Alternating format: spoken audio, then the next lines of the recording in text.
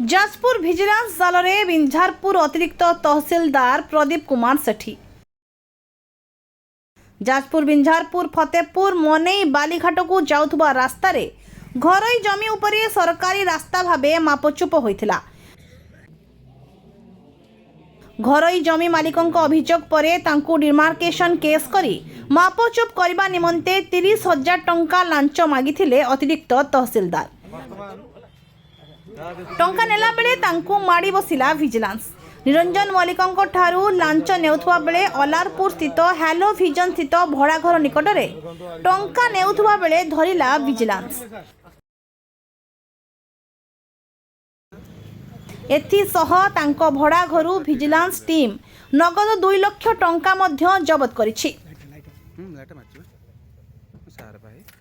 तेबे तांको निज बासभवन केन्द्रापड़ा महाकालपड़ा दाधीपुर रे चढ़ाऊ करा जायथिबा कहिसंती विजिलेंस डीएसपी।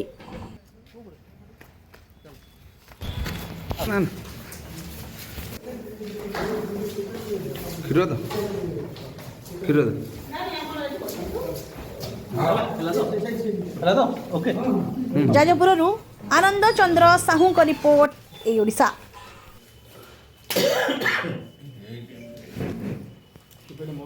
हाँ